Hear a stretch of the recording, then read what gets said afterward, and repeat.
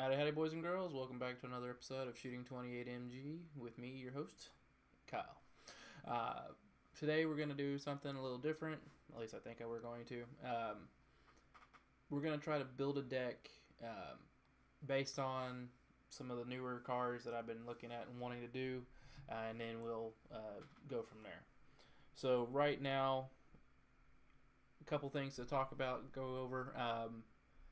Personal best has gone up quite a bit recently. It is now 35.98, so that's significantly higher than what it was since the last time we've talked.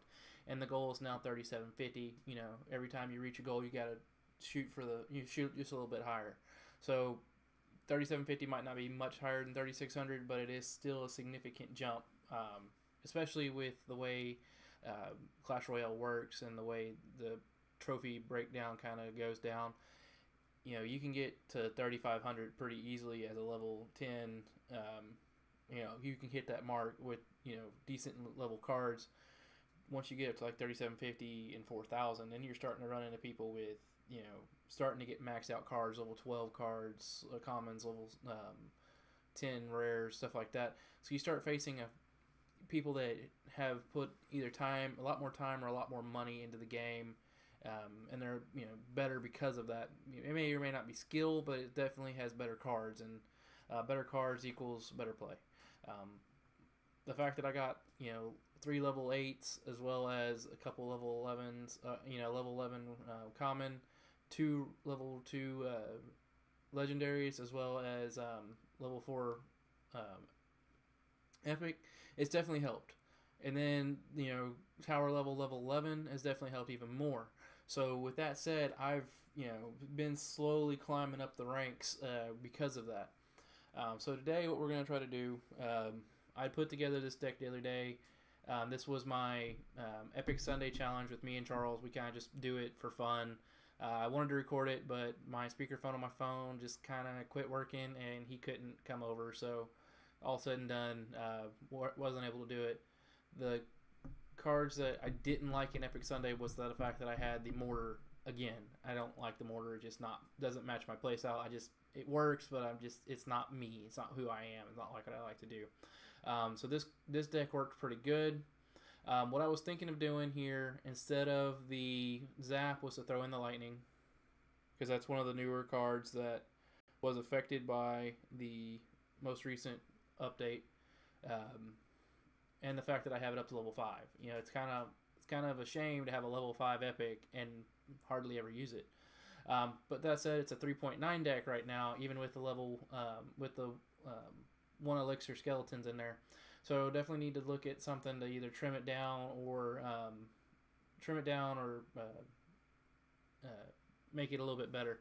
I'm thinking the giant's going to go, just due to the fact that he's level 7, and the fact that this is kind of a fast play deck, but with a giant in it, which doesn't make a whole lot of sense. So the Prince is fast. The Valkyrie the Musketeer can do just about anything. She's fast or slow. She's a very good support troop. Lightning is pretty awesome. What I was honestly thinking of doing is throwing the zap in instead of the giant.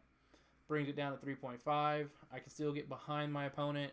I can now take out big troops, small troops, with both the lightning and the zap. I got the splank in the baby dragon.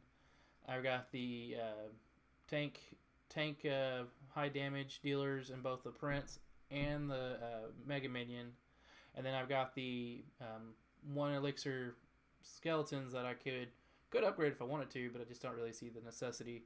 Because they're zappable. I'm honestly thinking of putting guards in for them instead, bringing my elixir total up just a little bit, but bringing my overall defense up quite a bit, because that prevents me from being zapped and destroyed.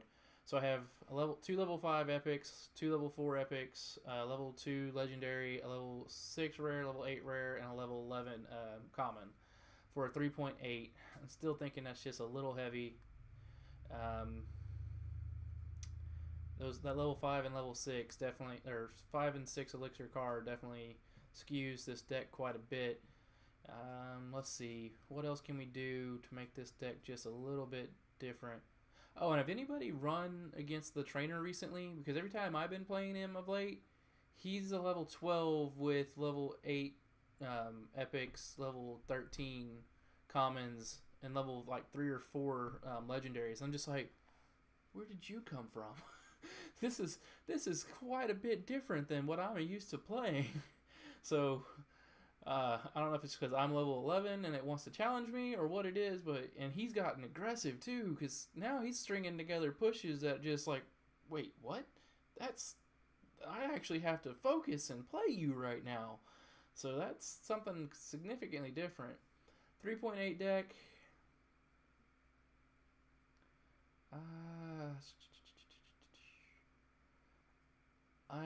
I think I'm gonna run it once and just see what happens. I only need one tower to open up my crown chest. So we'll see what happens and go from there. If I can actually get into a match. Alright, so I'm playing Juampi from Paso de los Libres. My starting hand is nothing special, so I'm kind of gonna play slow with the baby dragon in the back and see what happens. He started with level 11 those, but because he played those over there, I'm gonna play Prince, and Prince is gonna get to the tower and take some serious damage off that right hand tower, because he decided to play his small troops, you know, on the side that I wasn't on, and then he decided to pump up and throw an Ice Wizard down. All said and done, not the smartest of things to do on his part. Now here's something I've been wanting to try. Lightning Sparky. Didn't work like I thought it was going to, or hope that it was going to, but still took out significant damage off of him. Now, something that I'm not too fond of is the fact that he's got this wizard coming down the lane with the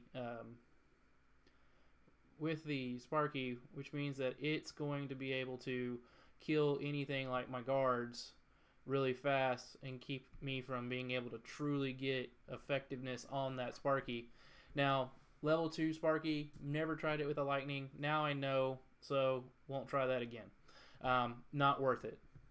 Was a non-value play, but I was able to get, keep his stuff off my tower enough to keep my tower alive, surprisingly. Got that level 7 elixir collector in the back. I'm gonna let my musketeer get a little closer to the tower, and then I'm gonna throw the miner back there to take out that elixir collector and help with the other card. Now I'm gonna throw the baby dragon down and hope that the baby dragon, nope, locked onto the wrong card, but was able to take out the Sparky. His giant did get to my tower, so that wasn't the best thing, but now I have a zap ready to go and a escort down the lane, so that was kind of fun. I don't know what he just dropped, but it died really quick to that lightning, which is kind of fun. Like I said, I never really used the lightning, so for me it was just fun kind of seeing what it can do.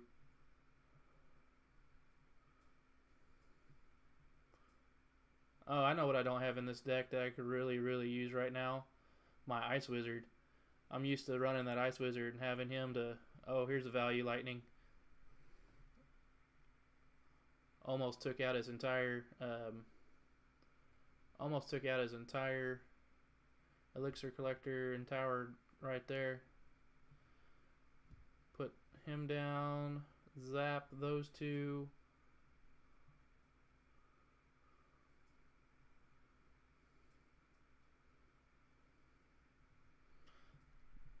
Oh, there it went. He got me. That dang Sparky. I was trying to get that lightning onto it, but just was not able to do it. So what we learned from that, lightning and zap is good, but combined together, just not the best. Definitely could probably do a little bit better. So we'll go play around with that. We'll trade out one card. The fact that it's a heavy deck and the fact that Lightning is just so expensive and wasn't able to take out a level 2 Sparky, probably going to go ahead and switch that out for my Ice Wizard. 11 cannons, 16 fire spirits, 42 arrows. Hey, I can literally upgrade it on the nose. That's kind of funny. And 7 wizards. Okay, so puts me over halfway for the wizards to level 8. Okay. One of my clanmates, Joshua, has started a channel. Says he subscribed to me. I could not find him. Josh, if you're watching this, please comment down below. I will follow you if you comment down below. So let me know what your channel is. I'll gladly follow you. So 6 elixir for the Lightning is still just so much of an investment. As you saw, it only really came into effect a couple times. Let's see how much. Oh, 20k to upgrade from level 10 to level 11. Guess we're going to have to hold off on that until another day. Ice Wizard or Valkyrie? Ice Wizard or Valkyrie? That's a good question. I'm going to go with Ice Wizard just because he's a little bit cheaper. Bringing this down to a 3.4 deck. Got 2 aerial troops, a distraction for most cards, most high damage cards, and then, you know, a damage dealer in both the Prince as well as the Valkyrie, or not the Valkyrie, but the Musketeer, and the Miner to be able to kind of, as a, you know, wild card, put him anywhere on the map and let him go to town. So let's go play one more match real quick, and then we will call it a night, and hopefully we win and stay above 3,500. But, you know, hey, if it works, it works. If it don't, it don't. We're experimenting. We're having a little fun, trying something different, seeing what can and can't work in this new environment, this new meta. As y'all may or may not know, I just hate the meta. I will not play the meta if I don't have to. Throw down the Baby Dragon just to absorb those Fire Spirits to keep him off my tower. Ice Spirits, if unchecked, can definitely do quite a bit of damage. Throw my Miner down to take out his Princess and keep my Valkyrie, or not my Valkyrie, but my Musketeer clean. Wow, those level 11 goblins can do work, and I'm surprised at that. I'm going to go ahead and throw down the guards for the Hog Rider, and I'm going to let them play escort to the Prince and see what happens. Pretty much all they're doing is just absorbing damage. He threw down a Fire Spirits as well as a Miner. So I take that as a win due to the fact that I forced him to use his Miner somewhere he did not want to play it. He is coming at me with those level 11 goblins. Why am I having so much trouble? I hate those cards just because I can't ever, if it's minions, goblins, I can't ever remember which is which. Right now, I'm going to hold on to the Miner for his Princess. What I'm probably going to do is let my Baby Dragon go down the left-hand lane and just sit there and do a little damage. He played the Princess in the back, so I will put the Miner back there to take her out. Oh, come on, Miner. Don't go to the King Tower. Okay, well, that was definitely not planned. I'm going to let them get just a little bit closer. Kill them. Those goblins and his zap. Oh, that's gonna do work on that right hand tower. Let's hope my Ice Wizard can do just a little bit of damage. If I'd have had the Valkyrie right there, that'd have been the best card for that situation. But unfortunately, I was a little low on elixir, and the fact that you know, he just played that perfect, waited for me.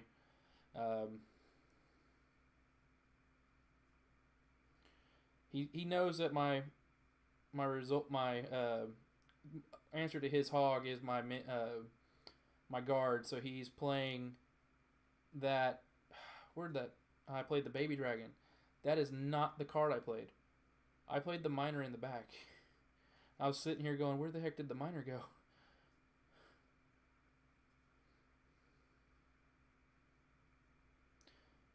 Alright, my zap does work on level 11 minions, or goblins. I was kind kind of afraid that it wouldn't. Oh, wow, he was able to take that tower with that fireball.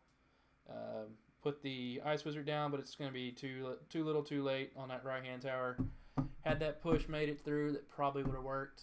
Had I had a Valkyrie, instead of... Because he was sitting there, he knew exactly what I was going to put down every time he threw his hog. So he started throwing either the fire spirits or the goblins to come in and just take out my guards and just decimate them and make them null and void, allowing his hog to just sit there and do work. Had I had the Valkyrie instead, that would have been nixed that right then and there.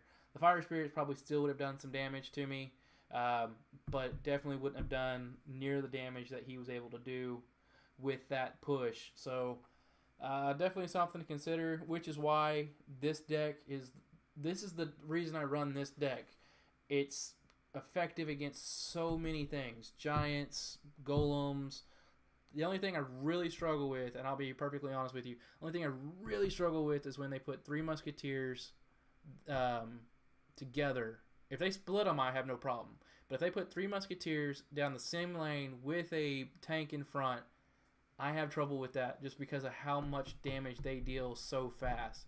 I almost have to let them lock on to either one of my troops or the tower before throwing down the Valkyrie and zapping and hoping that does enough to let her spin, zap, spin again, and wipe them out.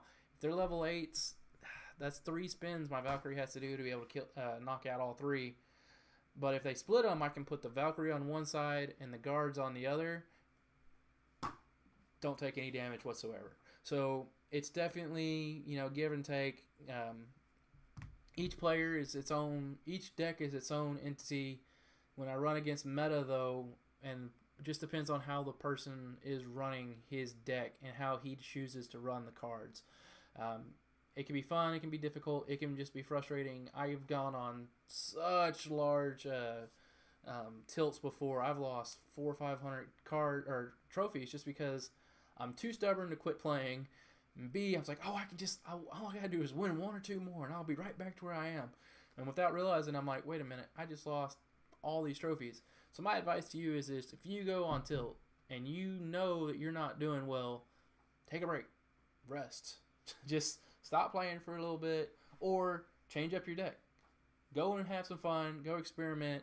You're already losing. You might as well go have fun with it. Go experiment and see what else can work. Don't run a meta deck. Or if you're just frustrated with losing to meta the entire time, go copy the meta deck. See if you can run it just as good as they can. Learn from what they're doing and maybe try to improve on it, or just, hey, if they're already running it really, really well, figure out what they've done and play it the same way they did. There's so many things in this game that you can do with 59 cards now, and it's about to be 60 with 2 more coming down the pipe here, very soon. Let's see, when is this coming out? 4 more days, and we'll be at the Inferno Dragon. 4 more days to the Inferno Dragon, 60 cards, and so many different variations of those cards and how you can play them, and different deck styles and different chemistry evaluations. It's a lot of fun to just see what works together and what doesn't. People always ask, my clanmates are always asking me, well, hey, what should I run here? It's like, well, it really depends. What kind of player are you? What do you like to run? Do you like to run a tank and a lot of support troops behind it?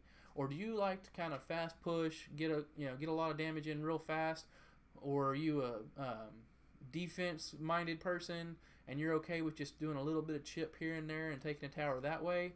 It really depends. Once I know what kind of player you are, I can really help you. But until I know what kind of player you want to be and what kind of deck you want to run, I can't really help you. As soon as you let me know, hey, this is what I like to do, this is my play style, I like the slow grind, or I like to chip, or I like the fast pace thing, then I can help you put a deck together and kind of help you realize what you can and can't do with certain cards. And people, then that's kind of counterintuitive to what I play all the time, because I always say I don't like Lumberjack. Well, I don't, because he's too fast.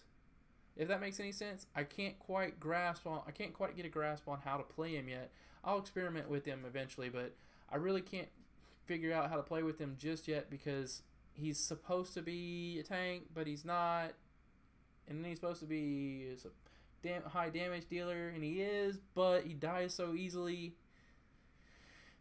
and then you waste the rage if you don't have something there with it. And it's just, to me, it's just, I haven't really figured out a way to play them that I like it yet. So eventually I'll figure that out, and once I do, I'll show y'all what I've figured out. But until then, we'll just keep playing around with what we have, and we know it works. When the new balance updates come out, we'll have a talk about it. We'll figure out what works the best then, and then we'll keep moving forward with that. But with all that said, we're at 20 minutes, so it's already a pretty long video. Remember, guys, thanks and gig 'em, and clash on.